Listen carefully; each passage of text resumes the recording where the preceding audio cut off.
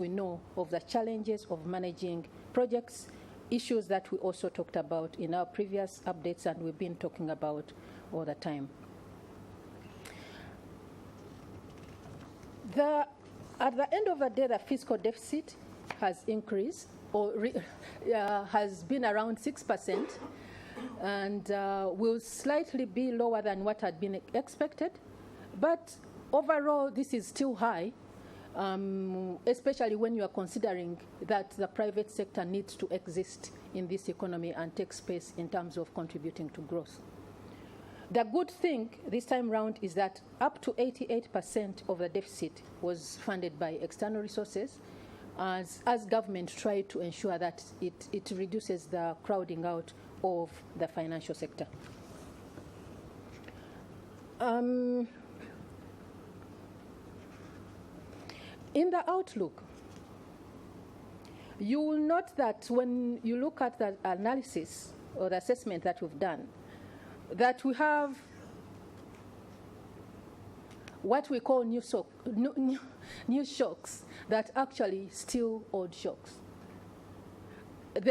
We know them, we've been talking about them, the financial system, the Southern Sudan, maybe the global economy. Maybe the new one is the expected, or we don't know what the impact of the avian flu can be, but we can anticipate that tourism and maybe production and export of things like poultry may be affected. Thank God the government has announced that this has confirmed that this may not go to the human, but in terms of these producers, you'll find that there might be an impact. And if the Southern Sudan question is not yet resolved, it is hard to expect that economic relations between Uganda and Sudan will go back to normal. We've been seeing a decline in exports. We've been seeing a decline in exports since 2015, but this became worse in July when there was an outbreak of a crisis, and exports reduced to about 7 million compared to what had been recorded in the previous months of about 25 million every month. And there are several other issues that affect the outlook on this front. The banking system, you've heard about the developments, the closure or resolution of one of the biggest banks, and much as that has been resolved, we can expect that maybe there will be some time in terms of catching up back to the level of operation that existed before these developments came on board. And the quality of loans is yet to improve in the banking system, so that will also take time to resolve as we go on. The policy response. As we've heard before, monetary policy easing may be challenged. It can continue, that is the right response to go ahead with, but it may be challenged as inflation increases, as the drought hits. We've heard about food shortages, we've seen the depreciation of the currency, and all these are going to complicate monetary policy management, or the effort to ease, to increase liquidity in the system. Fiscal policy is expected to remain an instrument that will try to rejuvenate the economy, but financing has to be done very carefully so that it doesn't crowd out the private sector. The external sector will continue to be a source of distress, and therefore, we expect that GDP will grow in the range of 4 to 5%, which is not very different from the previous year when GDP was recorded at 4.8%. We expect that there will be, as these issues are sorted out, there will be a gradual acceleration to about 5.2 in the next financial year, and probably 6 in the medium term.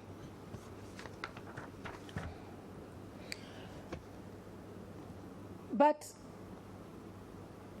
There are risks, and many of them relate to how the fiscal authorities are going to manage to complete the key projects, because that is the key instrument now to stimulating economic activity, but also to how to finance in order not to crowd out the private sector.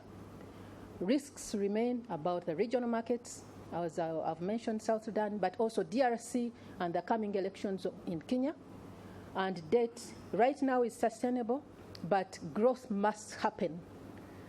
The exchange rate must remain stable, and exports and revenues must be realized out of the investments that the country is making for debt to continue to be realized. And then lastly is the climate issue.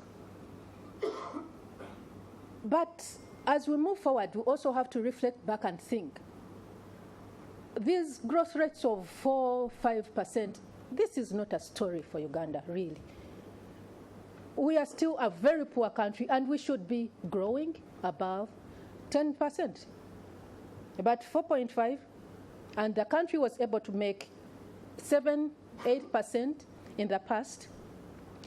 But with a population growth at 4.5%, it means that per capita income is growing at 1.5%.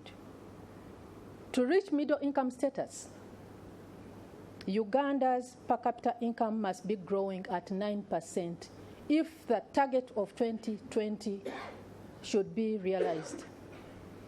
And to put it clearly, the GDP growth that we normally focus on, the 4 to 5%, must be growing about 12%. Because 2020 is not very far. And that is the target we've set for ourselves. So let's put our instruments together and make sure that growth is happening. Lower growth rates are not only about also achieving middle income status, but also have implications for poverty. You've had the issue of shared prosperity. That is about reducing poverty for everyone, everywhere. In the past, when growth was growing, when we had very fast growth, per capita poverty was reducing at about 1.6 percentage points per year. Reduced growth by half, then poverty is expected to be reducing by the same level. And Uganda is being left out by neighbors and peers because, as you realized, Uganda's rate of growth is much lower than that of Kenya, that of Tanzania, that of other regions in the almost the same as sub-Saharan Africa. But we don't want to compare Uganda to dwarfs. Then what can accelerate growth? Among the things that I've said, I haven't touched what has been happening to investments. When growth was there in the 90s and early 2000s, investments were actually accelerating. Private investments moved from about 8% to 11% per year. The opposite has happened in recent years when you have low growth. The recent increase in public investments that we keep saying is going to be the stimulus is a very important issue. But that is a transitory factor because you can't be investing in the public can't be the only one investing. The private sector has to eventually pick up the mantle because the public sector is just creating the environment for investment. But beyond infrastructure, we think that private investments require capital, and hence the need to look again. We've been looking at the financial sector, but from this angle, how do you make sure that the financial sector provides the needed capital for investments to take off? By the way, also resilience to shocks that we've been talking about and the risks will also be constrained if we have a very strong financial system.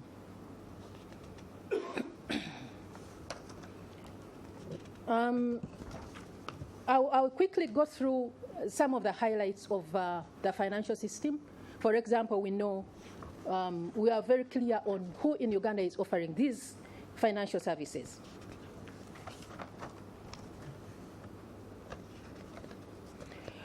If you know you want to make a saving, you probably run to a bank, a credit institution, or any of those other many, maybe SACCO or National Security Fund or even insurance. These days, it is being sold as a savings vehicle, which is the right thing to do anyway, because you put in money. At the end of the day, if something happens, you can get it out. If you want credit, the same institutions. You want payments, you can go to any of these institutions, but a new element that has come on board is the mobile money, which has actually become a very important mode of making transactions.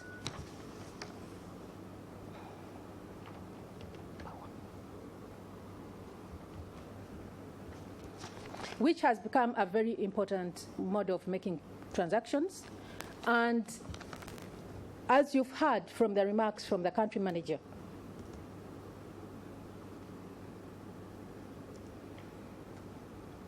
is making headways in terms of increasing financial inclusion.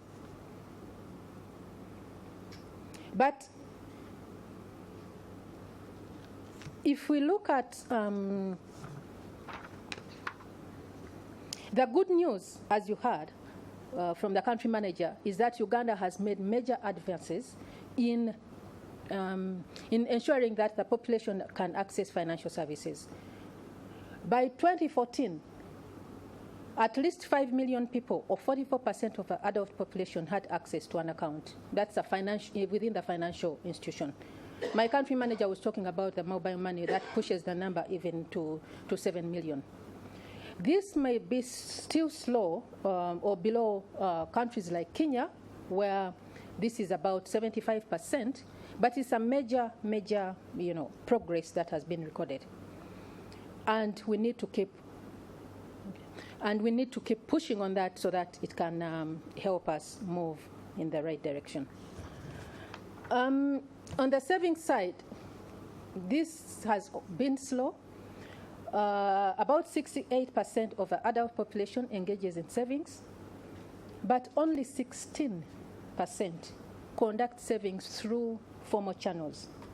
The rest, they keep money under the mattress or in boxes within their stores, in the shops, or anywhere else, but not in a financial system.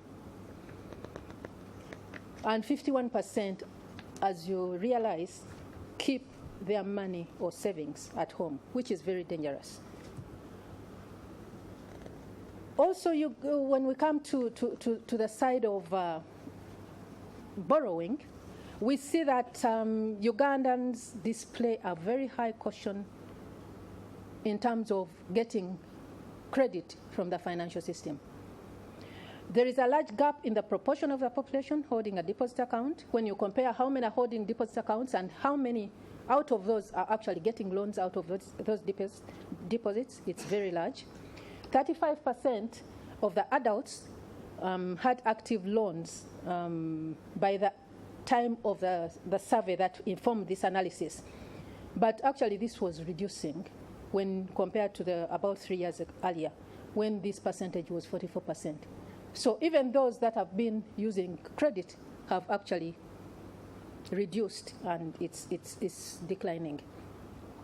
But only 13% of households use formal credit. And within these, only 13% of households use formal credit from the bank. And 65% does not have access to formal credit, with the informal mechanisms increasing from between 2009 and 2013. When it comes to farms, the situation is even more, they say more bad, worse. I'll just pick a few indicators. The percentage of farms with a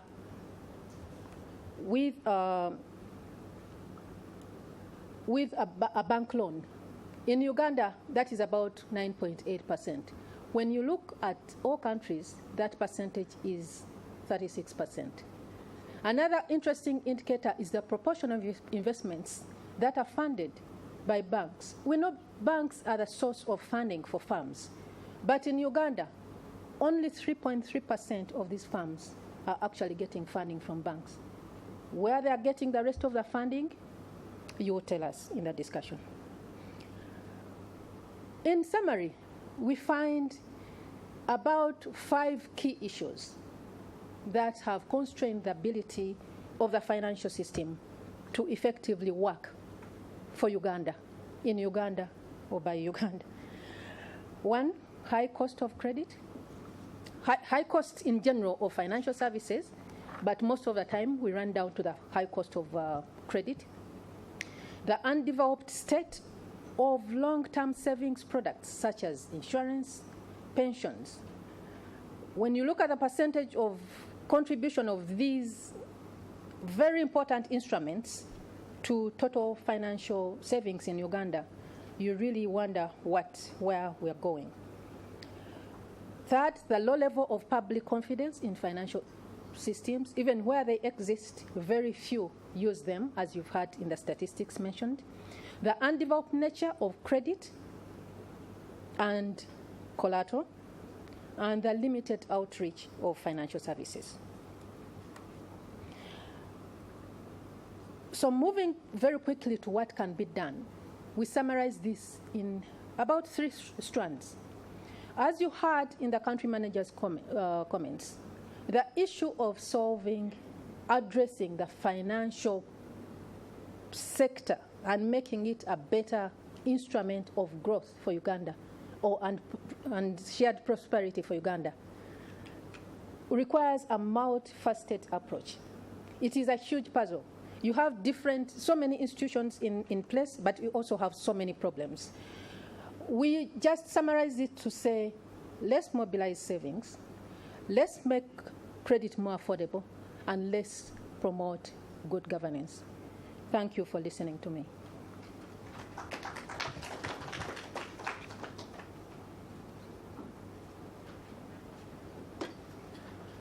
Surely we can do better. A round of applause for Rachel. A quick look in the room gives me the feedback that her presentation has literally opened the eyes and set us up for what would probably be a very, very good discussion. But a discussion around optimism and looking forward to how we can actually do much better.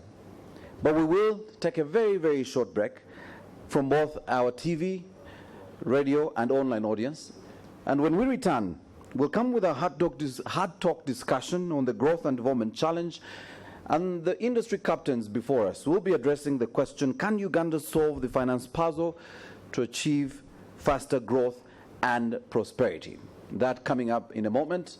Do stay with us.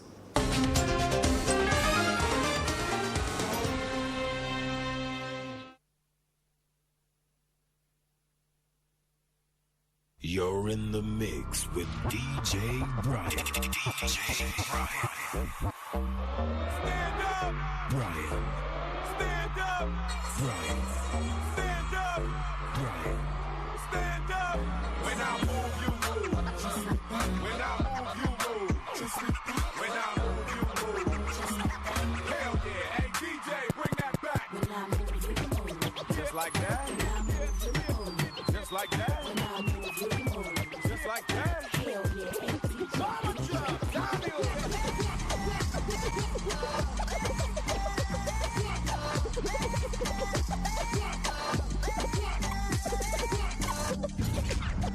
It's fun. It's hype. It's the DJ Brian Mix Show. Bringing the party to your living room. Isa yalagula Yesu ng'alijja mabegawo akali mu bufunzi Yesu ne Isa ani yasookawo munne Isa buli lw'otayogera na muntu kutegeera bimukwata kutosobola kumutegeera yenna tekisoboka era erako yakatugamba nti Abaganda mbwanyala ajja kasukira eggumba gyegenda kale akagamba ako kano obote wateekwa okubaawo eddoboozi abantu lye bakozesa eddoboozi abantu lye bakozesa okutuusa okunnyonnyola kwabwe okutegeerekeka okutangaaza bye bakwatako Conqueror of the British Empire. Naye nga waka mubimuyita waka mwamuyitanga mutya Big Daddy kuwuliriza kufumiitiriza kukola kwogera bina Tuwaye. bwe yamala okutuula ngenda okutunula mu kibatu kyange kino kyentaddeko bwendi nga muvaamu ebiwuka ng'ensolosozi ebimu byewuunyisa binakuwaza ebirala bikyusa obulamu. Omuntu atasomye atya n'okuyingira ofiisi naye ng'omanyi nti onnina omukyala n'abaana awaka nakinkola nina ne bizinesi naye ntya n'okuyingira ofiisi eno okwennyonnyolako. Eddoboozi lye njogerako Tuwaye.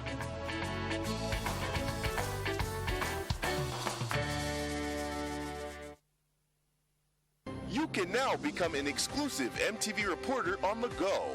With the NTV Go mobile app, you can create news by capturing and sharing content instantly.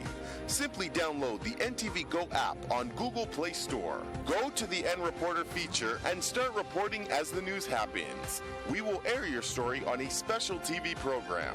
NTV Go also allows you to watch news, instant live updates, and follow your favorite show from the comfort of your home, taxi, or your favorite kafunda. Download NTV Go app now from Play Store.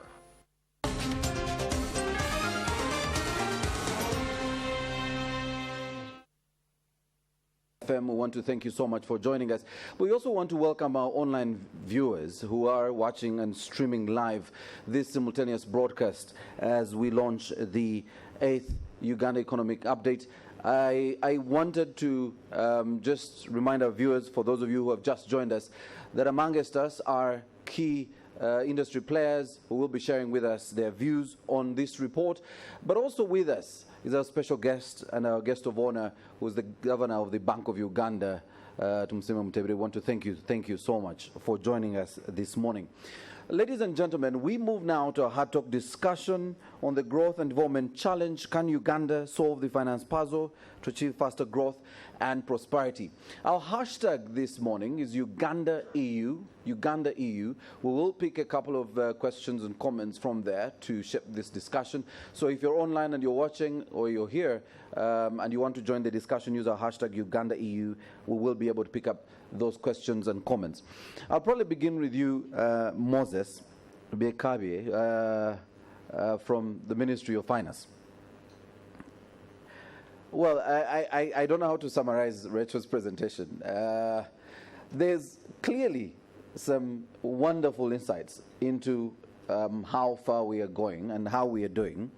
But generally, she tells us that the last 2 quarters of 2016, of this financial year 2016-2017, were clearly, or if I could use other words, we had what would be negative growth.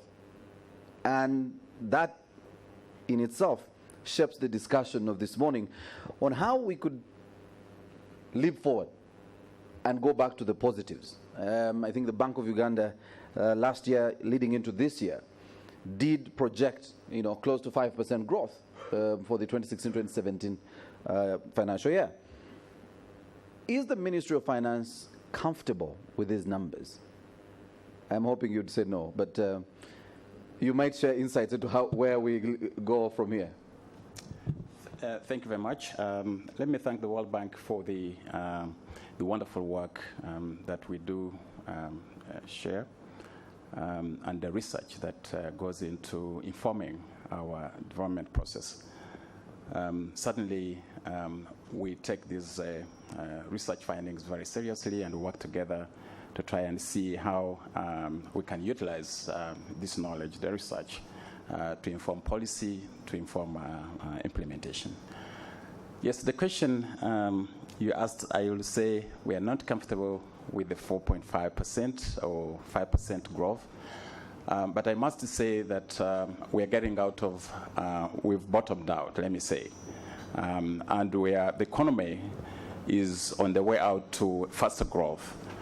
Next year, we project 5.5 growth. The following year, growth could leap into 6%. And if some of the investments that we are doing, Karuma, Isimba, the express highways that we're building. We're going to start Jinja, Kampala express highways and all those kind of things. The development of the oil sector has picked speed. Government is prioritizing the oil roads right now in next financial year to make sure that the investments are in place for the oil sector to start producing oil. We see growth leaping forward to 6-7% over the medium term. Of course, there are challenges. One of the challenges, as you mentioned, is high cost of capital. In order to support the private sector, government has made a policy decision to reduce the level of domestic borrowing in order to help reduce interest rates so that the private sector can come out of the burden of private sector debt, which is currently a burden to even the growth of credit that Rachel has shown us on the screen. The second thing that we are dealing with in terms of helping the private sector is this issue that we've been talking about, helping our local producers, supply materials and labor and on these major projects, infrastructure projects, what we're calling local content, so that the steel manufacturers, the ones people supplying some of these things can actually benefit from this. But the other thing that government is doing in terms of improving the private sector is really to speed up implementation of public investments. We know absorption has been a problem. We appreciate that. We've been working with our colleagues, the World Bank, including the IMF as well, African Development Bank, to address some of the constraints that have affected absorption of public funds, especially borrowed funds, in order to speed up implementation of public investments.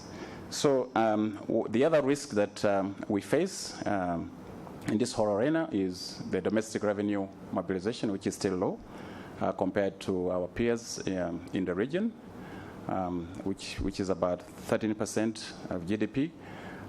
The Ministry of Finance is prioritizing this, and in fact has set up a working group, including the donors, community, and all those kind of things, to see how we can actually improve domestic revenue mobilization. Because if we don't do this, government won't be able to sustain most of these investments without a high burden of public debt.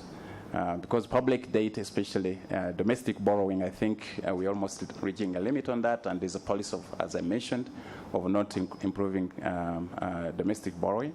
But what we are trying to do is to leverage donor financing, especially concessional and not too expensive public debt, in order to finance investments. So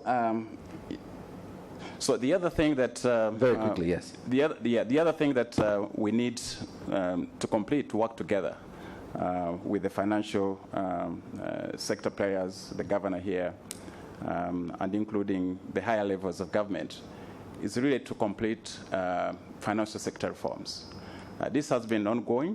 There are a number of laws that have been passed in recent last year and also in recent months that support private sector growth in terms of unlocking the financing and also improving, inclusion in terms of mobile money, in terms of bank assurance, in terms of Islamic banking. All those things are being rolled out. Of course, the effects are not yet in. Once that becomes effective, we see the situation improving much greatly. Let me also say that the development path cannot be a straight line in terms of growth, because I think when you talk about negative growth in the first quarter, usually this has been the case in many of the previous years.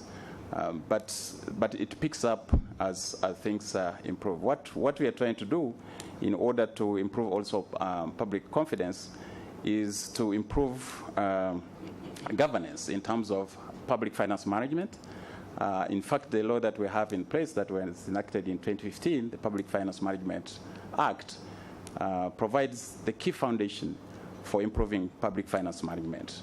And once this improves, I think so that funds can reach targets in terms of roads, in terms of health, in terms of education, in terms of agriculture. In fact, agriculture is a key element that we need to be focusing on more as we focus on, for the financial sector, because I think we need to provide a framework for financing agricultural productivity. That's an area that we need to work together in order to improve productivity. And once we do that, I think even poverty will reduce further.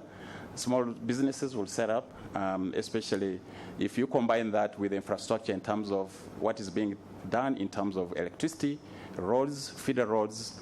That will spur agro-based industries, small-scale, medium-scale industries, which are going to help propel this economy further. Thank you, Moses. There would have been a follow-up question, but this would have clearly turned out into a monologue. So I'll move to Constance Kachihembo is the CEO of Uganda Women Entrepreneurs Association.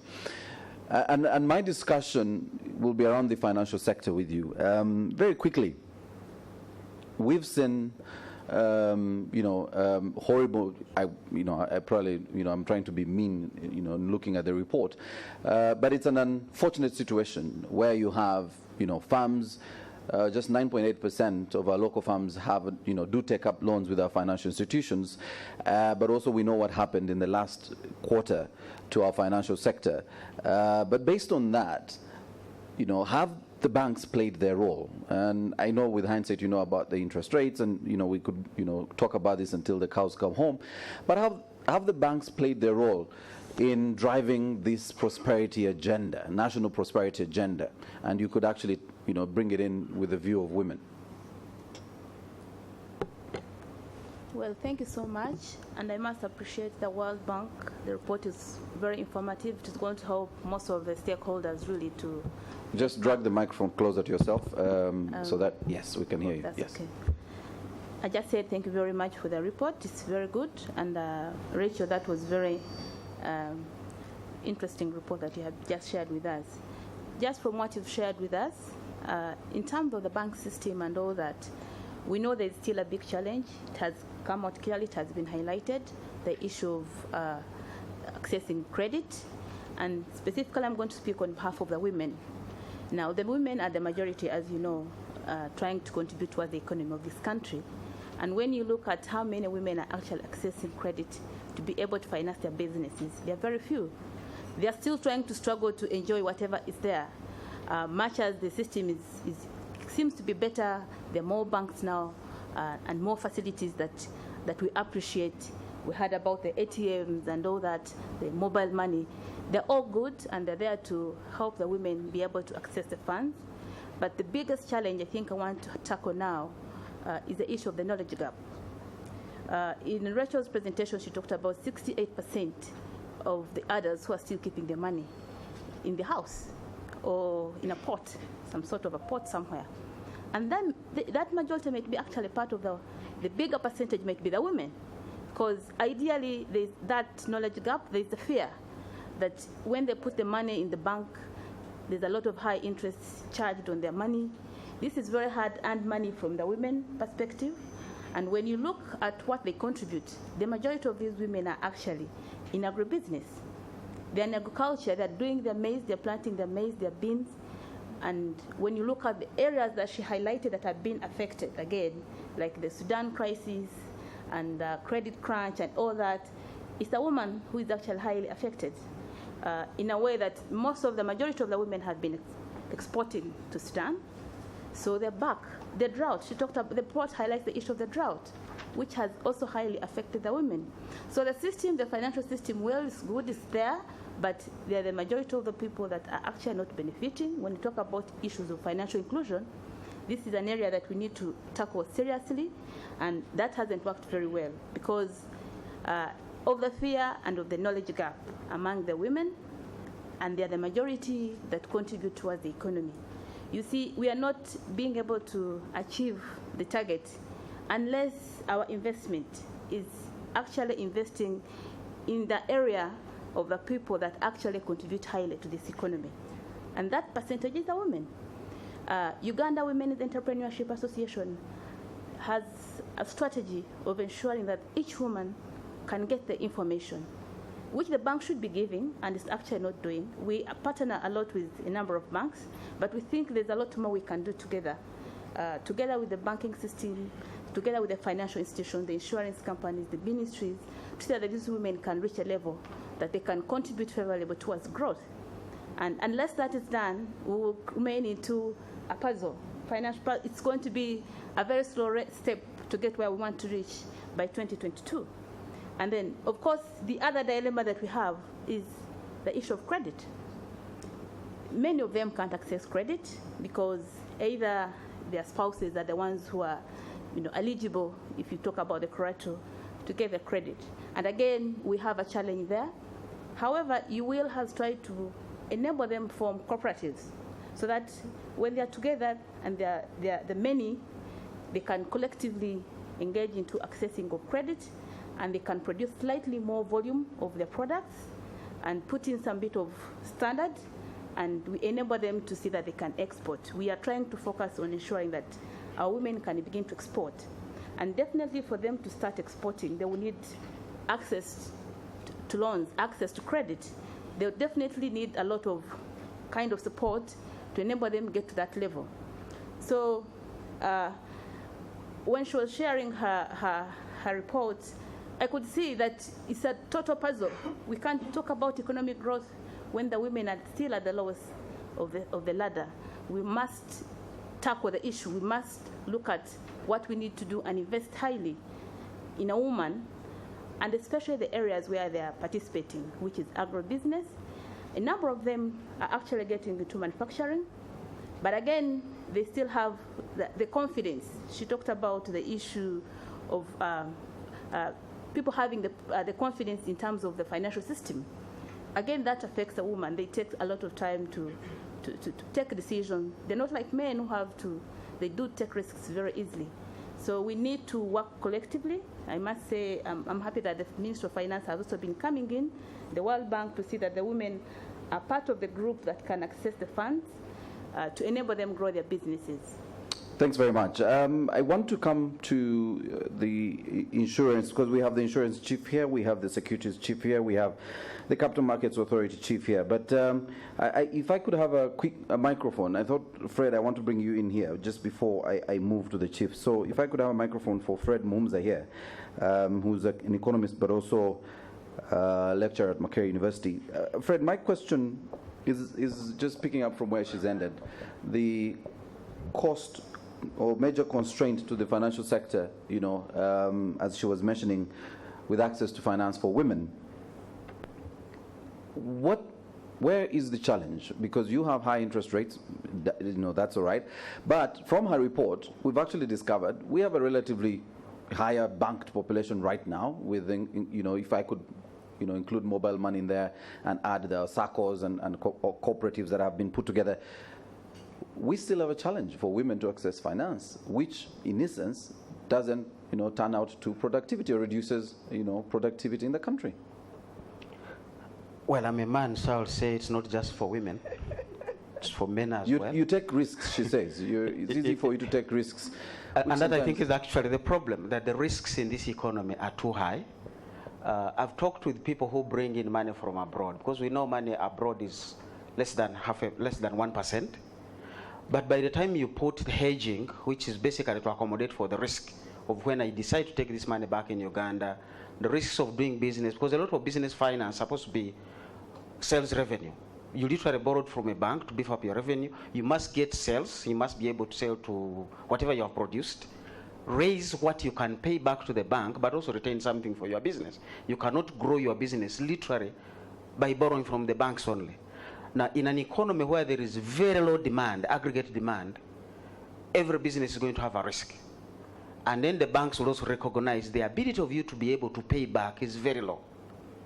So there is deficiency in aggregate demand, and we need to get back to say short term. I know infrastructure is good for growth, but aggregate demand and investment, private sector investment, is even more critical for immediate growth, because infrastructure can only give you growth over the long term. Now, how do you get to the long term without the short term? Now, those are the things that are really affecting the economy, that you cannot jump the immediate river, but you're already planning, when I grow up, I'll be a doctor. First finish your primary exams. You're not dealing with that. So I think it goes back to what is the major macroeconomic government policy. And Governor, just next year, I was reading some of his write-ups. What did we do right in the 90s? We brought down inflation purely by managing fiscal policy. Bring down government cost. Bring down this appetite of government to invest in now what has become dead infrastructure. Because that infrastructure is not giving you the immediate returns, and yet it has gobbled up all your money. So this economy has completely no money. There is no way you are going to bring interest rates down in an economy without money. The government has borrowed in trillions. The government is now budgeting to pay back interest payments in trillions at the expense of basic medical services, agricultural production, basic health services. So you don't have short-term revival. This economy badly needs a short-term stimulus to get back before you can even think of the medium and the long-term growth that you'll pick up from your investments in infrastructure. So it has to go back to government strategy, rethinking their borrowing. I was looking at the borrowing of, I think, 2 years, a fiscal bond is 16%. What do you expect a bank to lend to a woman's business down in Owino, down in Kaberamaido? At what rate? And what are they selling to be able to recover that? So it's a macroeconomic problem issue, and you're not going to throw it to the banks. All right, Fred, I'll hold your thought there. Well, let me turn to Paul. Paul Bwiso is with the Uganda Securities Exchange. Paul, you're a key player in this industry, and speaking about stimulus, you're among the people that should be stimulating this economy. But unlike the other region or players or countries in the region like Kenya, we literally have, if I could use some harsh words for you, a very flat securities exchange, dull securities exchange. There's limited activity in the last few weeks on the exchange, and that literally explains the state of the economy. Do you agree? Yes, I do. Well, that's the shortest answer this morning. Thank you for the invitation to make a few remarks at this press briefing.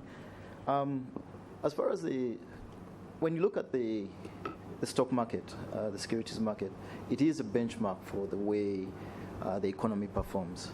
We do see a lot of foreign direct investment into the different stocks on this market.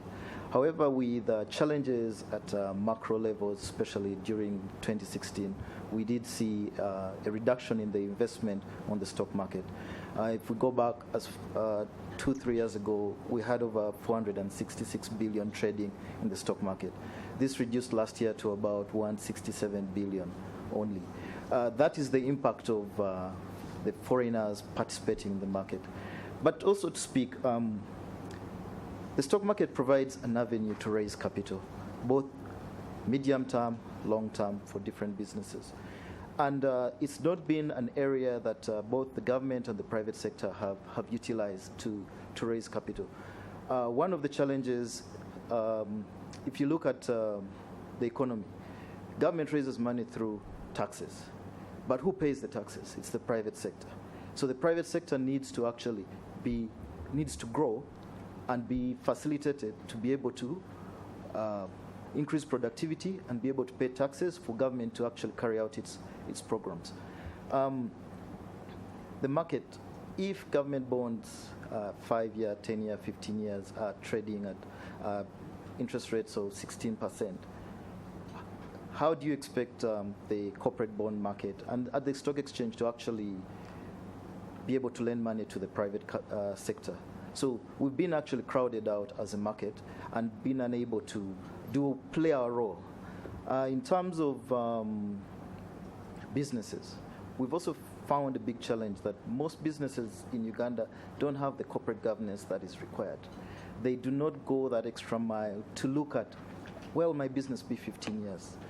It's not about business today, 2 years, 3 years. It's about 5, 7, 10 years. Most private equity funds have come into the country, have picked up businesses and have grown them and have sold them off after 5-7 years. Look at Actis in Umeme, and has left a big story of a company that can actually be run by Ugandans, employed and added back to society. So in terms of the economy and what we give back as capital markets, we have long-term investment through pension funds. And one shouldn't look at the pension funds as just Ugandans. We have East Africa, we've got Africa. Most of our investors come from the South African market and England, Europe. And they participate in different businesses here. So we might not have mobilized savings locally, but we can gradually work on that systematically with the help of the government and our regulator, the Capital Markets Authority, to be able to raise this money that can be input in the different products. Finally, there's the key part on matching capital, the right kind of capital to finance. Long-term capital, if a company is needs a manufacturing plant and needs a return on investment after 15 years, it's important to match the kind of capital you raise to that kind of investment. But if you're borrowing from a commercial bank at 25%, when will you get a return? We've heard about the sales, because it's about the sales, generating the business on a day-to-day basis to be able to finance your business. So managing one's capital is very important. Thanks, Paul. Keith Kariejira, who's the CEO, Capital Markets Authority, as a regulator, and Paul mentions, there's low public confidence in the financial sector, and it's picked up from, low investment in the securities exchange, low uptake of financial securities. Where should we be looking? How do we then build this public confidence to increase our uptake in our, facilities that are available, bank facilities that are available, but also other investment opportunities in the domestic market that would actually spark productivity? Thank you, Maurice. Thank you, World Bank, for this very informative report. It was very difficult to find anything to criticize in the report, perhaps apart from the fact that the role of the financial sector might be being overplayed as far as growth is concerned. The private sector looks for where to invest. If a country is growing fast, money will flow from every direction. And the whole beauty of the capital markets is to tap into both domestic and international savings, which we need to grow as a country. I think there's a lot of reform discussions going on about our pension reform. Our pensions have been growing at about 30% every year over the past 5 years. And this growth is expected to be sustained, but we need more products in the markets. Now, the issue goes back to confidence.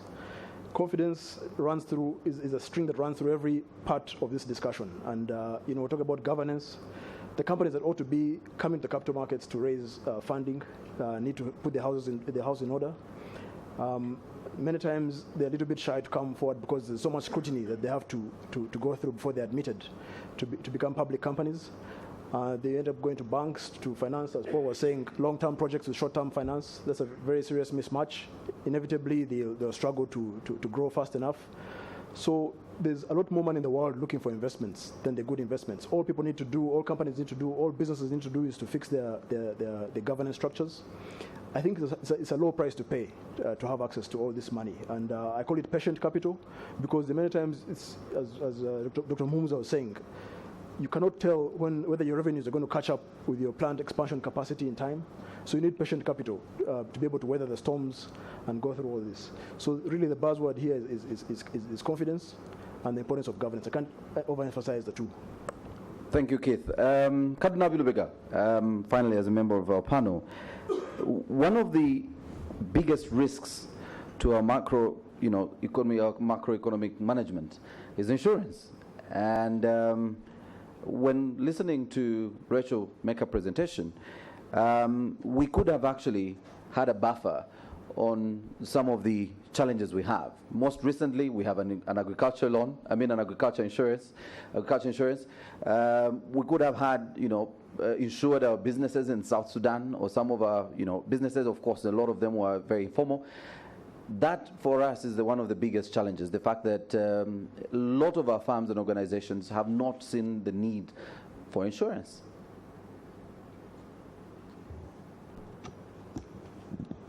Thank you very much. And I would like also to add my voice to thank the World Bank for the report. Unfortunately, you realize how uninformed many of our people are, because even what has been highlighted in the report as the challenges we face, many of them are insurable, really. And I do want to say that we need to, maybe as insurance players, but even other entities, development partners inclusive, need to address how they can partner with the insurance regulator and insurance players to inform the public on what can be done. Because insurance is there as to take on the risk. So if, like we have now the agriculture insurance in place, we have the micro insurance, which can insure the small businesses and the fires which we have had in the markets. You realize many of the insurance companies have come in handy to make good those who lost. We also, when we were looking at the challenges of why people do not borrow money, they are talking of collaterals, but they must also be aware that they can take on insurance, credit insurance, and they don't need to go into having collaterals in order to access maybe a credit facility. Many of these things need to be done, but I must say that we need to do a lot of literacy campaign to educate the masses on what they need to do in order to address many of the challenges. But when we also put on the market products like agriculture insurance, they need to be helped. I'm happy that government of Uganda came in with a subsidy for this financial year running. But maybe it needs to be improved. It needs to be improved on, and we move forward. So I really also know that there are historical factors which hinge on why the insurance uptake is still low in Uganda. Some of them, like the hyperinflation which we were talking of in the 70s, and the currency reform which removed the zeros, and people thought that they lost the value of their life products. Some of them have been there and they are historical in nature, but we must move on.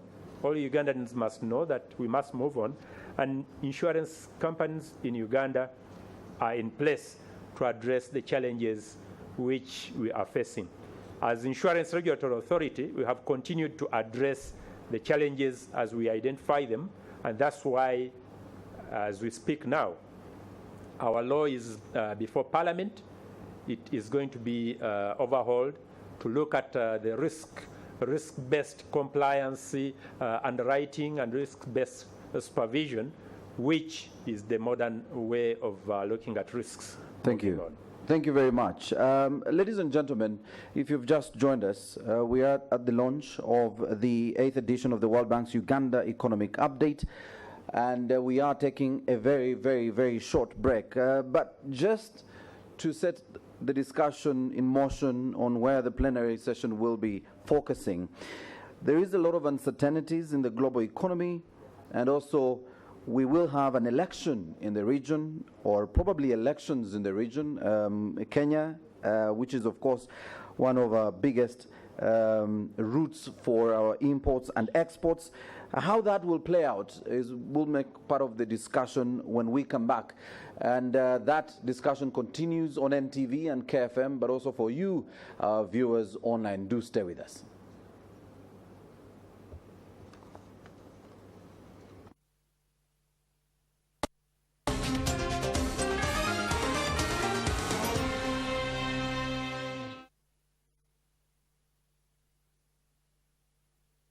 You're in the mix with DJ Brian. DJ Brian.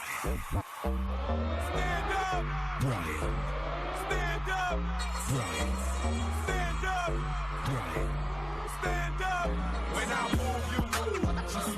When I move, you move. When I move, you move. Hell yeah. Hey, DJ, bring that back. When I move, you move. Just like that. When I move, you move. Just like that. When I move, you move. Just like that. Hell yeah. Hey, DJ.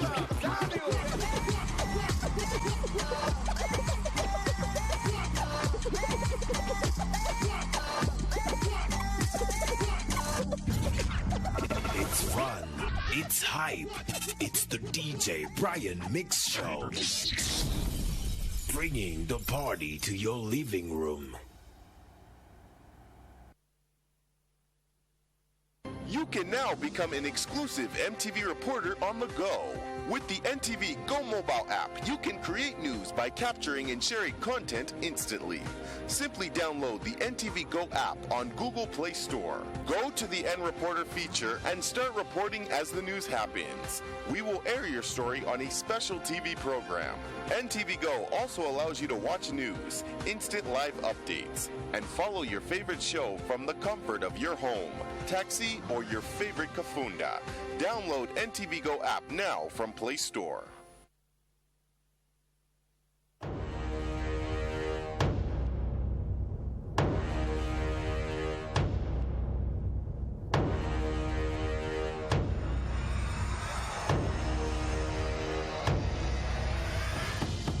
From the land of the rising sun, 100 determined athletes have accepted the challenge to become I will be. I'm gonna be the first Ninja Warrior.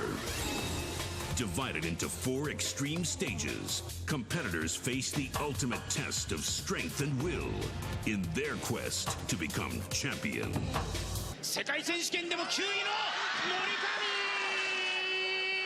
Many are called, few are chosen. Demonstrating incredible speed, strength, and focus, Levi demolished the second stage. Makoto Nagano achieved the near impossible by becoming only the second man in history to complete all 4 stages of Ninja Warrior. Now, let's find out who's tough enough to become the next Ninja Warrior.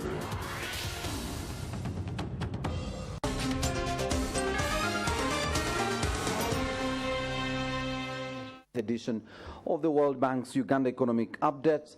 Step by step, let's solve the financial puzzle, or the finance puzzle, to accelerate growth and shared prosperity. We're coming to you live from the Kampala Serena Hotel. This is a simultaneous broadcast on KFM and NTV Uganda, and also online for our viewers who are streaming. Our hashtag this morning, Uganda EU. Do get that trending, but also share with us your comments and questions on what we are discussing.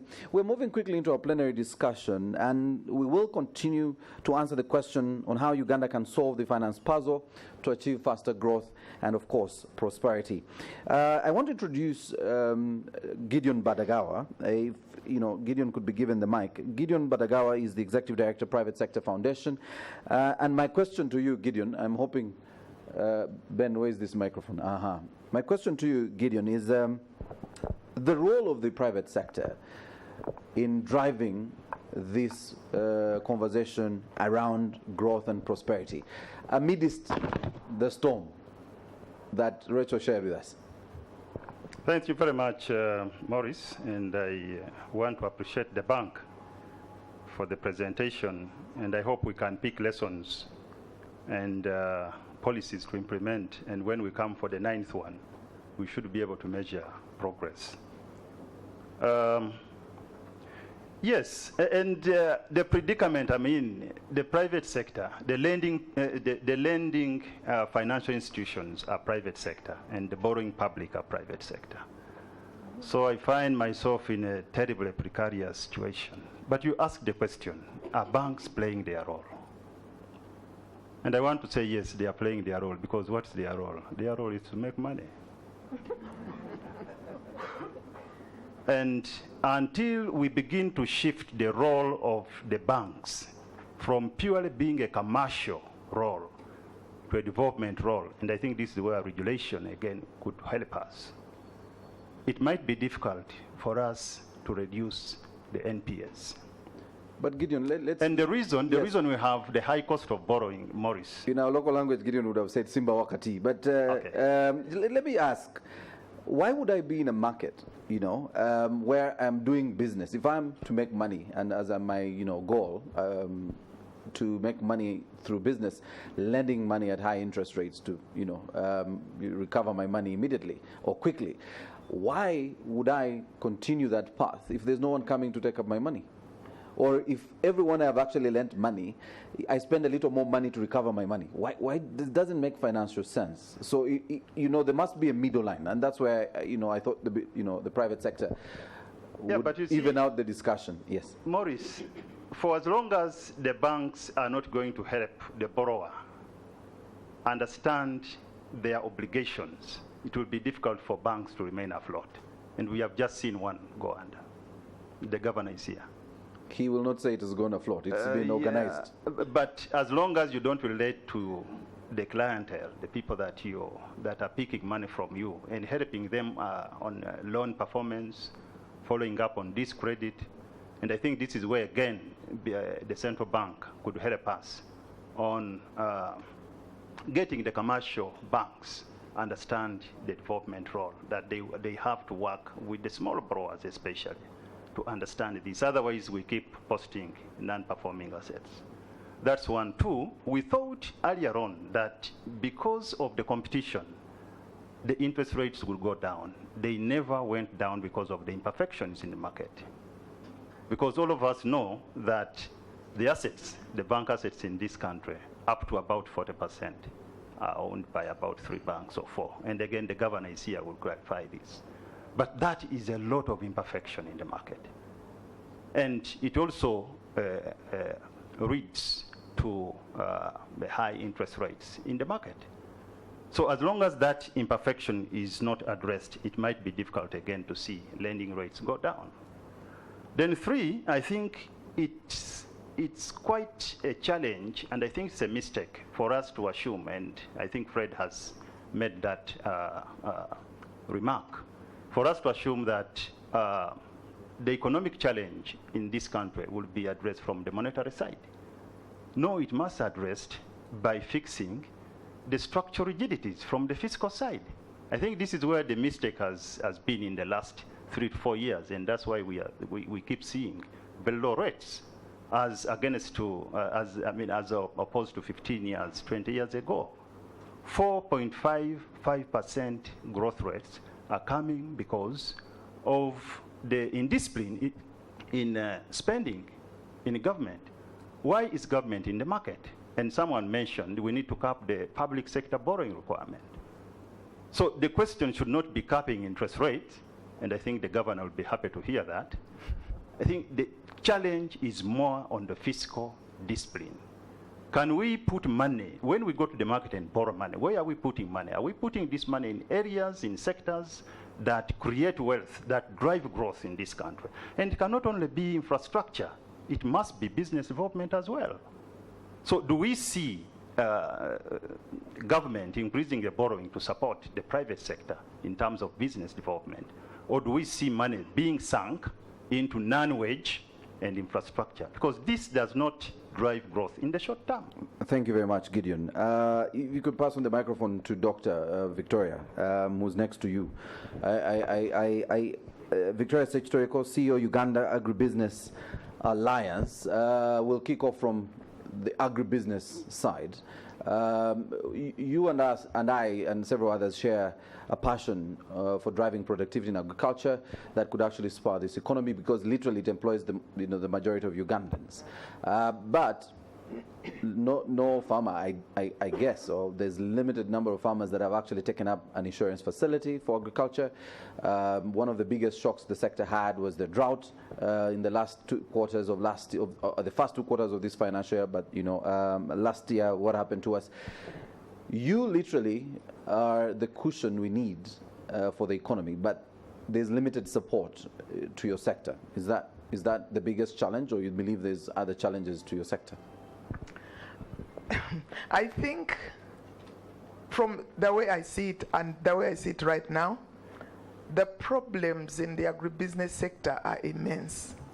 But with good governance, half those would just disappear in one day. What do I mean?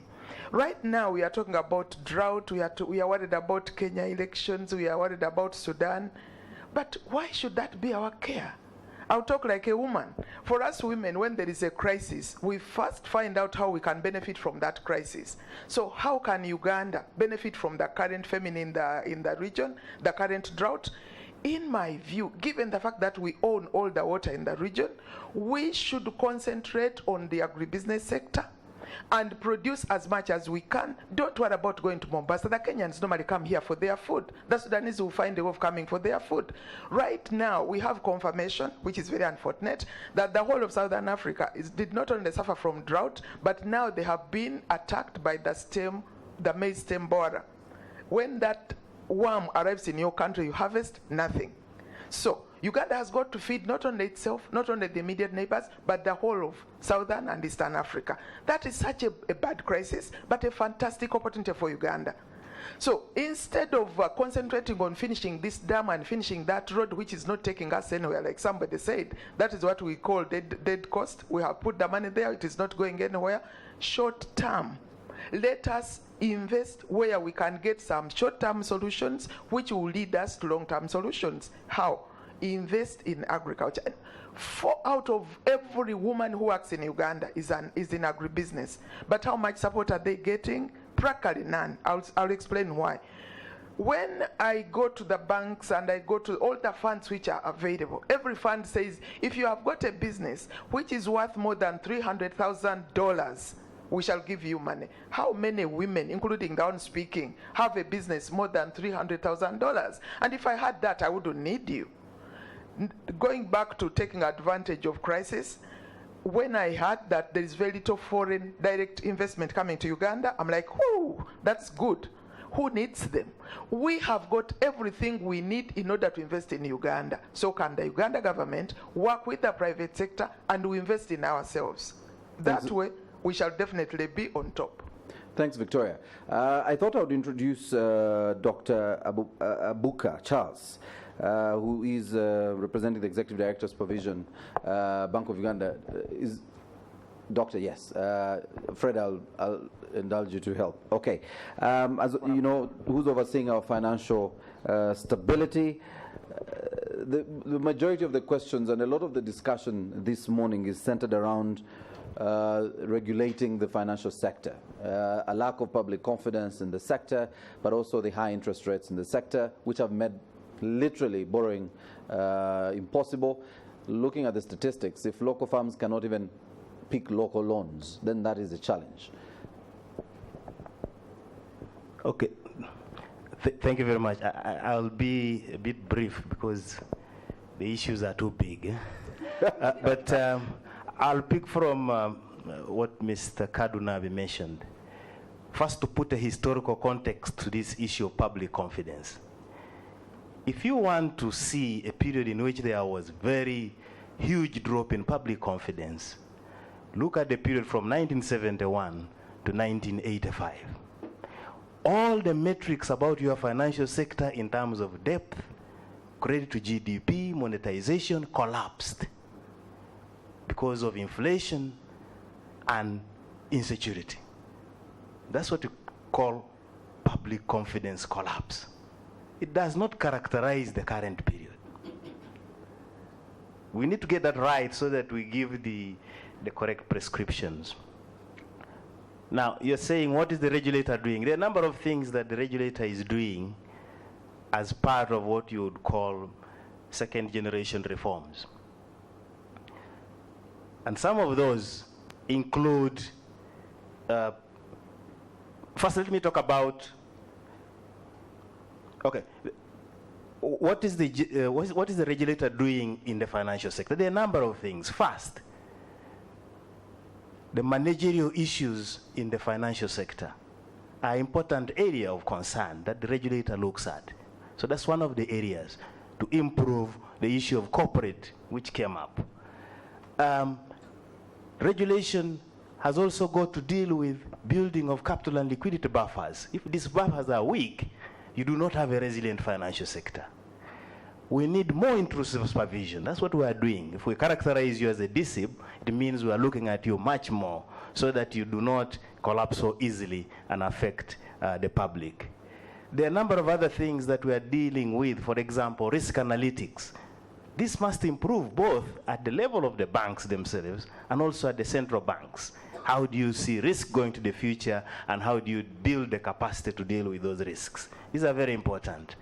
Then I got the question of the very high interest rates, and I'm actually touched with the discussion on what kind of finance should women be accessing.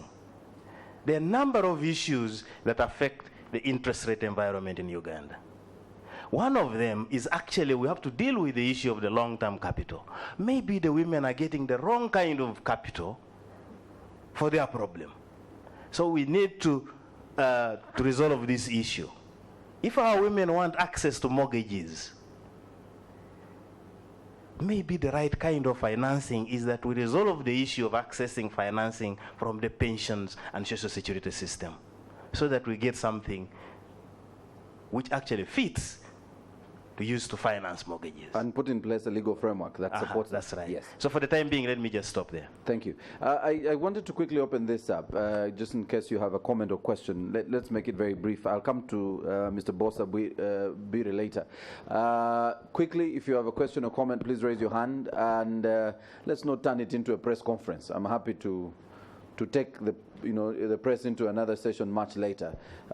If you have, okay, yes, there's a gentleman there. Keep it short. Please introduce yourself for purposes of radio. We need to know who you are. Yes, Sande Protazio, Insurance Regulatory Authority of Uganda. Quickly, yes. The discussion seemed to be concentrating on growth, low growth. But my problem would be on where this growth is coming from, because 4% could be good enough if it can be sustained. So as we discuss, we need to see where is this growth coming from. Can we sustain it in the short term and in the medium term? And that's how insurance comes into the picture, sustainable risk management. Thank you very much. Moses, I think I'll direct that question to you very shortly. I'll take one more just before I introduce. All right, please bring the microphone here to Mr. Bosa. Mr. Bosa is chairman of the Katwe Small Scale Industries Development Association. Yes, you are a key user in this discussion. Thank you, Mr. Moderator. First of all, I would like to thank the World Bank for organizing this important event. And I'm the chairman of Katwe Small Scale Industry Development Association, and I'm also the chairman of the National Informal Sector Organization, Uganda chapter, which is affiliated to the East Africa Confederation of Informal Sector Organization.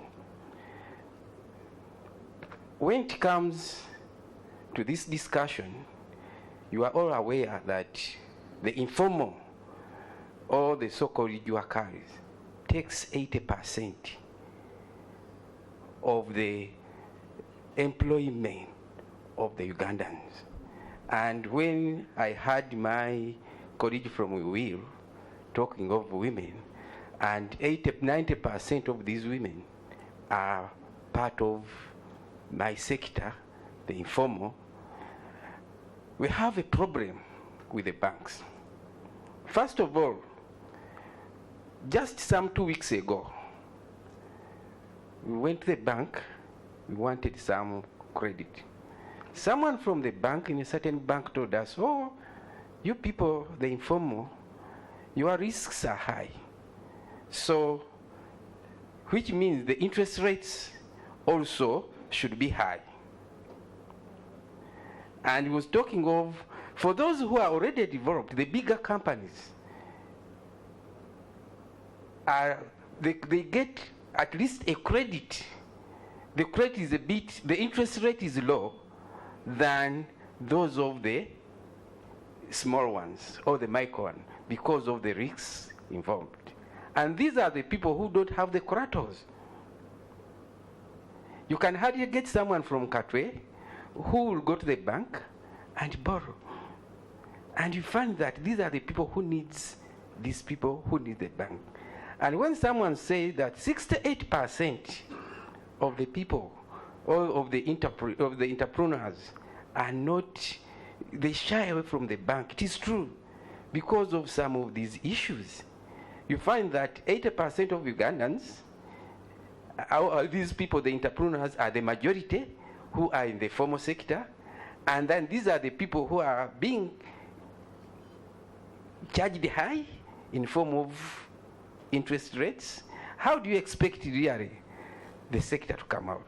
Like Mr. Gideon has said, yes, these people, very quickly, yes, summarize. These people, they are in business, and you find that when these people, when the policy makers are trying to plan for the informal, we see some of the implementer and the policy makers are on the different pages. They are really on different pages, and you find in such a circumstance when someone is reading a different page and is planning for another person who is on the different page, I don't think they can really have anything. Thank you very much. Thank you, Bossa. It's a discussion that could continue until the cows come home, but I want Moses to quickly, in a minute, you should be able to address both, if you can find a way to summarize that in a minute. We've run out of time. Yes. Yes, we've run out of time. Thank you so much. I think in terms of long-term finance, this is a priority for government. That's why we are pursuing reforms in the pension sector. That's why we're undertaking reforms in the broader financial sector, insurance. We have a bill in Parliament right now to address some of these issues. I think what is important is really to complete the reforms in order to unlock institutional finance. So I think that's one of the things that we need to do.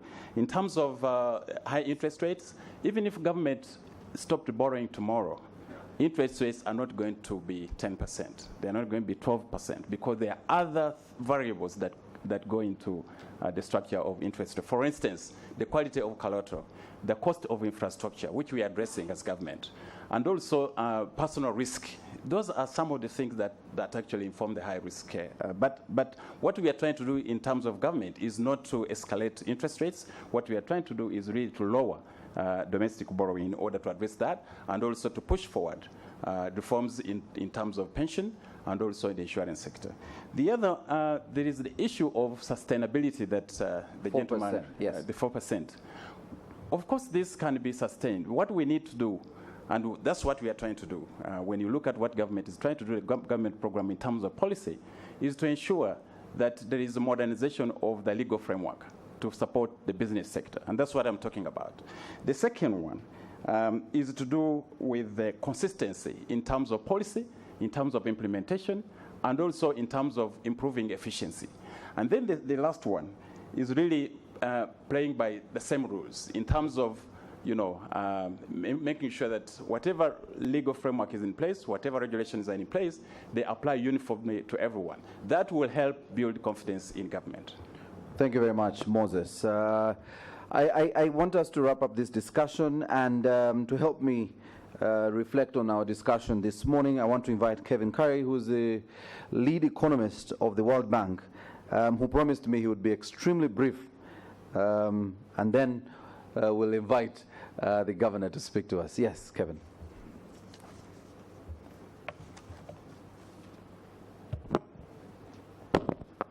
Thank you. So I wanted to keep to the promise of being brief. As I reflect on the discussion today, I think we've heard two words over and over again.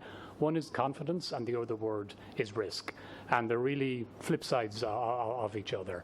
So, and I think it's useful to bring this notion of risk down to the very concrete level and ask what kind of risks are we talking about.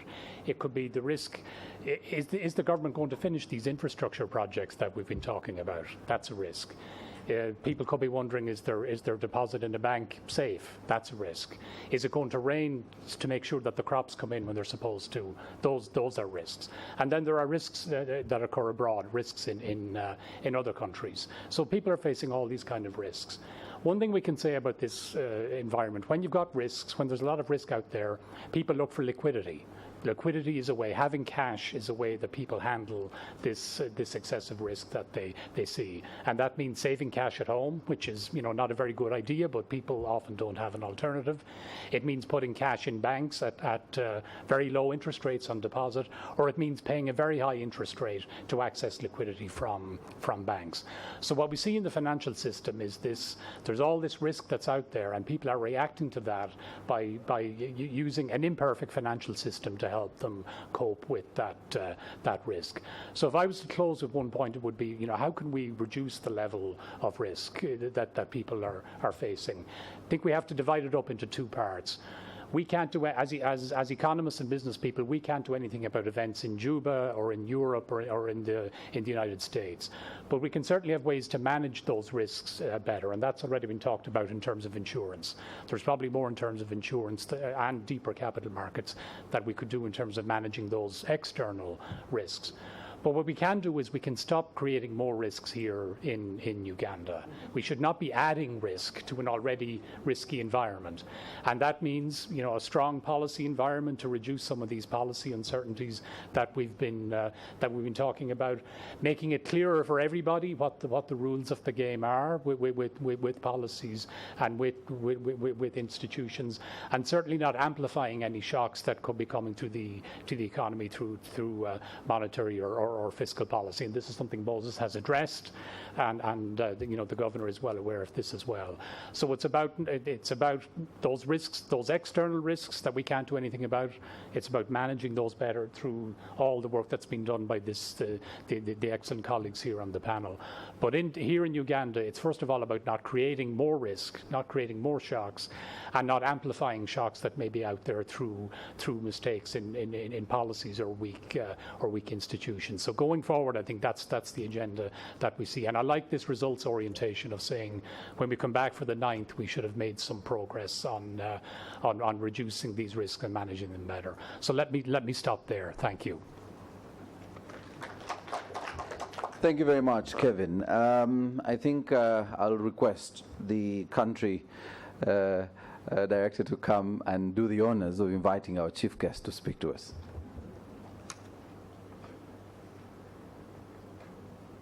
Thank you very much, Maurice.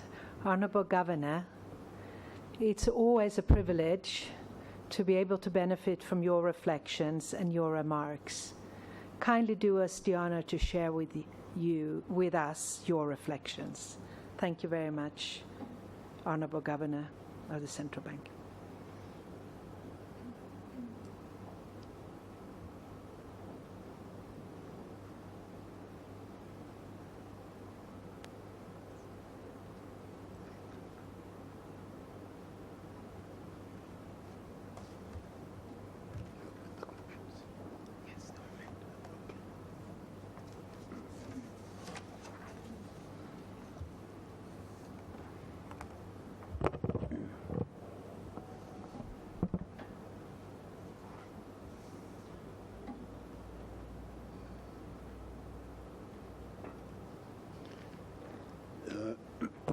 Ms. Christina Calvo, World Bank Country Manager for Uganda, members of the Diplomatic Corps, distinguished guests, distinguished panelists, staff of the World Bank in Uganda, distinguished guests, ladies and gentlemen. I would like to begin by commending the World Bank for publishing the 8th edition of the Uganda Economic Updates series, which over the last few years, has provided a valuable source of economic analysis for everyone with an interest in the Ugandan economy. I would also like to thank the presenters, discussants, and other contributors for all the important insights that they have given us this morning.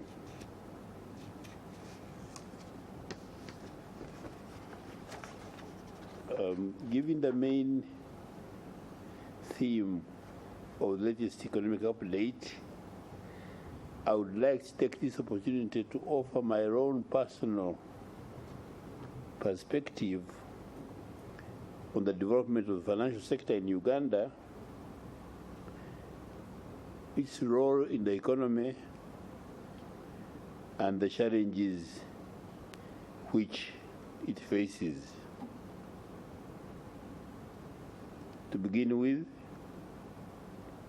I think that it is important to recognize the progress which the financial sector, and especially the banking sector, has made over the last decade. Between 2005/6 and 2015/16 fiscal years, commercial bank credit to the private sector expanded by more than threefold in real terms, at an average real rate of growth of 12% per annum. Although bank deposits also grew strongly over this period by 2.5 times in real terms, there was a marked rise in bank intermediation, with the ratio of bank loans to bank deposits rising from 53% at the beginning of this period to 70%, which is a remarkable improvement.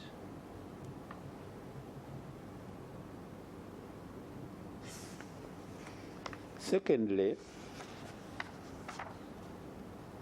there has been a notable strengthening of competition in banking markets.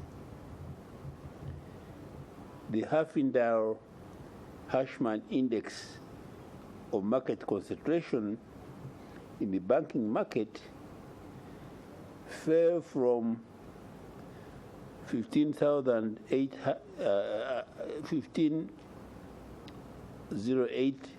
in June 2006 to 909 in June 2016. Fell from 1508 in June 2006 to 909 in June 2016, denoting a substantial reduction in market concentration and therefore an implicit increase in competition. The fact that competitive pressures have intensified in the banking market over the last 10 years is also reflected in a secular decline in the industries, in the financial sectors, after tax returns on equity, from 32% in 2005-6 to 14% in 2015/16. I think it is no longer tenable to argue that banks in Uganda make excessive profits. Thirdly, there have been occasional incidents of bank distress and failures over the last 10 years. But prompt regulatory interventions by the Bank of Uganda have ensured that interests of depositors have been taken care of.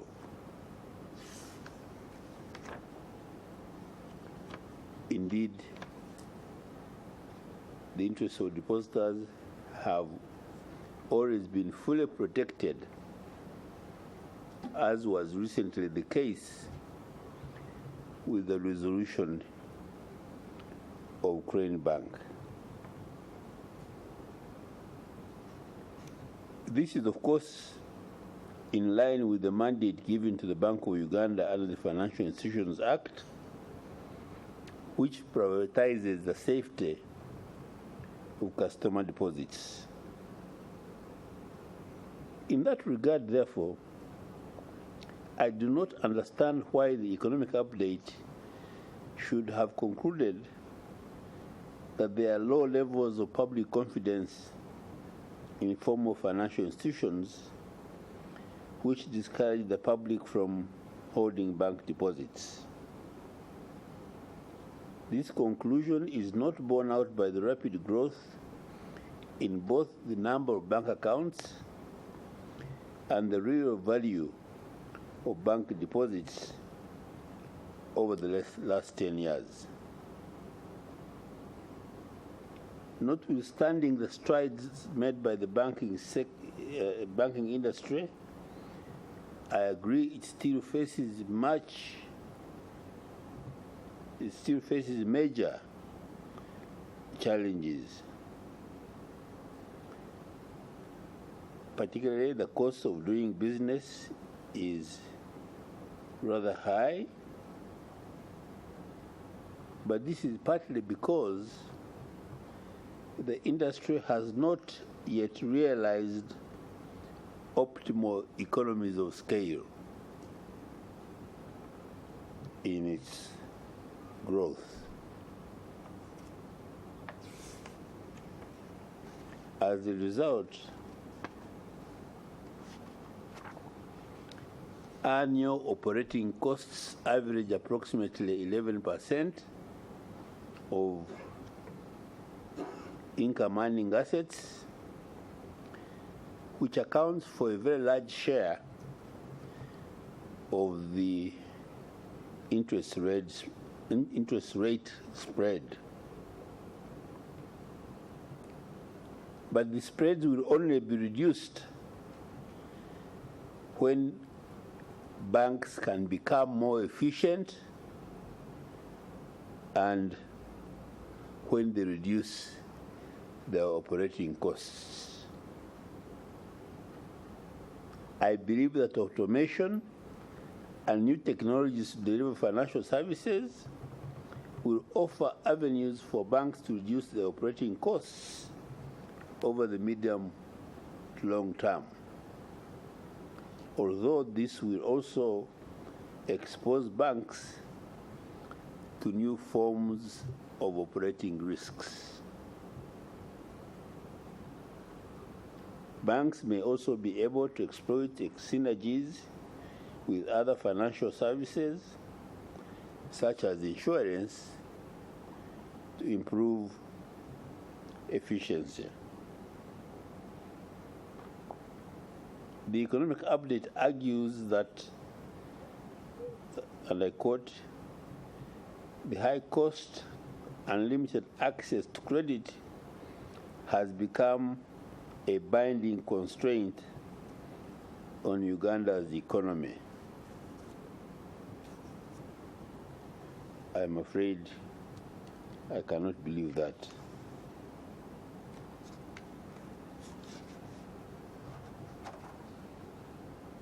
While I do not dispute that bank lending rates are too high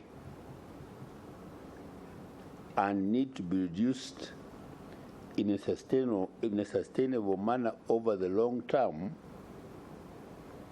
I do not think that the claim is really tenable.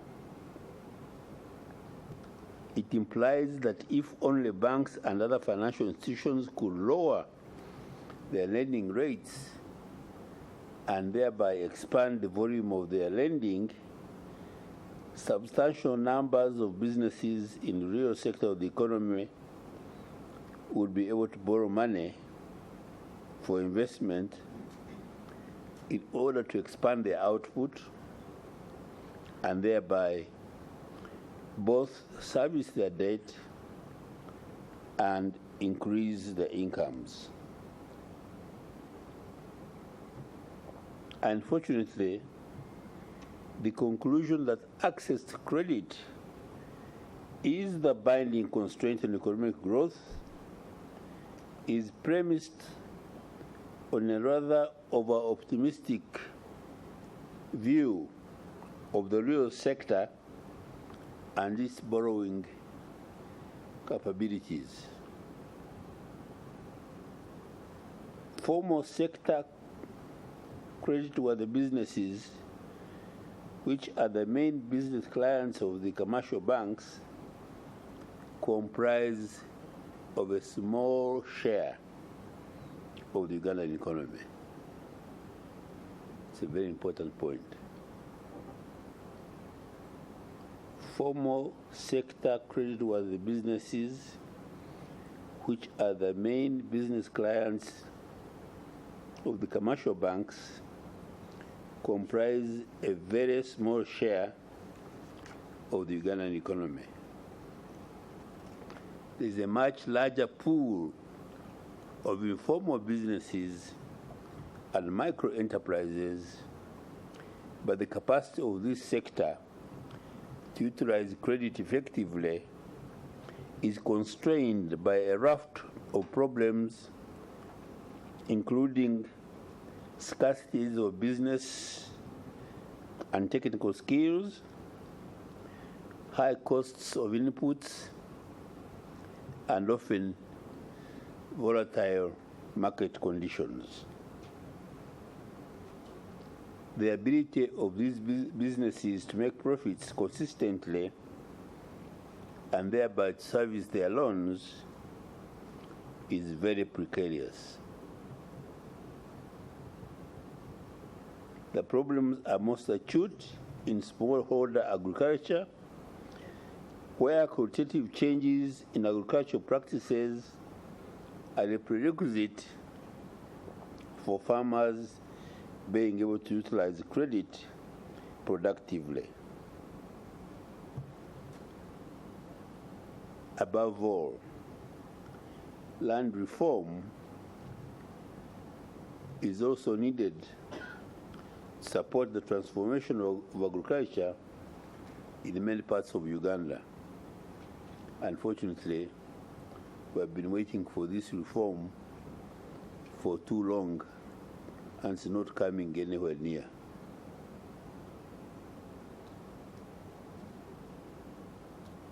The argument that micro loans alone can transform the fortunes of the household enterprises doesn't hold water.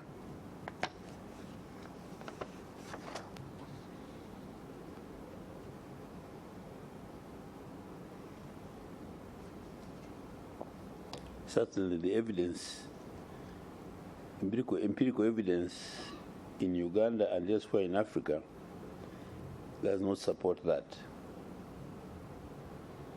In addition, attitudes towards borrowing are poor throughout society. Loans meant to fund business expenses are sometimes diverted for personal expenses or speculative purposes, and the culture of loan repayment is extremely weak. Until a much stronger private business sector can develop in Uganda, characterized by good, modern business management and a clear separation of business and personal interests on the part of business owners, it will be very difficult for banks and other financial institutions to further raise the level of financial intermediation in Uganda.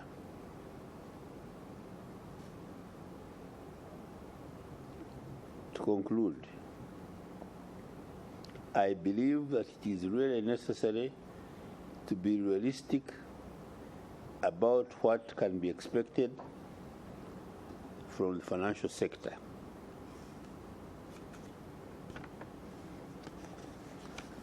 The shallowness of the financial system in Uganda reflects the structure of our economy much more than the deficiencies of the financial sector itself or of the institutional and regulatory environment in which the financial sector operates. In many respects, technology, productivity, levels of professionalism, and the application of modern business practices. In these respects, the financial sector is one of the most advanced sectors of our economy. You don't think so? In many respects, technology, productivity, levels of professionalism, and the application of modern business practices, the financial sector is one of the most advanced sectors of our economy. That's what I believe. Most of the other sectors of the economy are not as advanced as the financial sector, and some, indeed, lag far behind the financial sector. It is the structural problems afflicting the real sectors of the economy which provide the largest obstacle to greater use of financial services and especially credit in Uganda. I thank you for listening to me, and I apologize for taking so long. Thank you very much.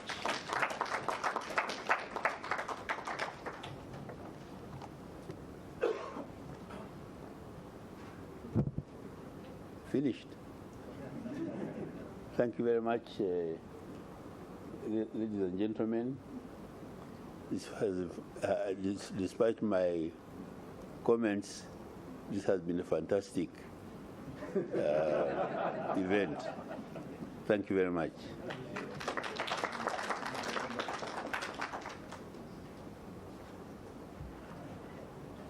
Another round of applause, ladies and gentlemen, for the governor, who's always very candid in his discussions on matters before him, and of course, this morning, the release of the 8th Economic Update on Uganda.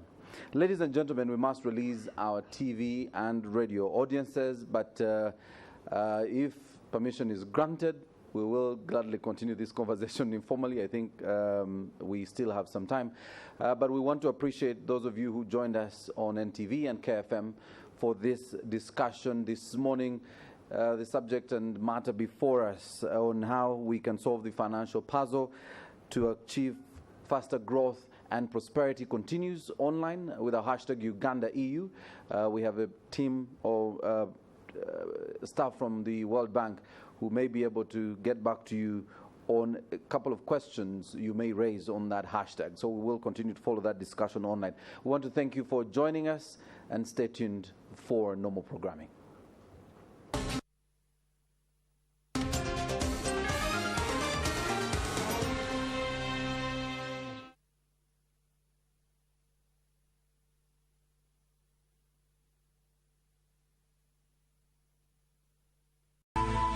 NTV, turning on your world.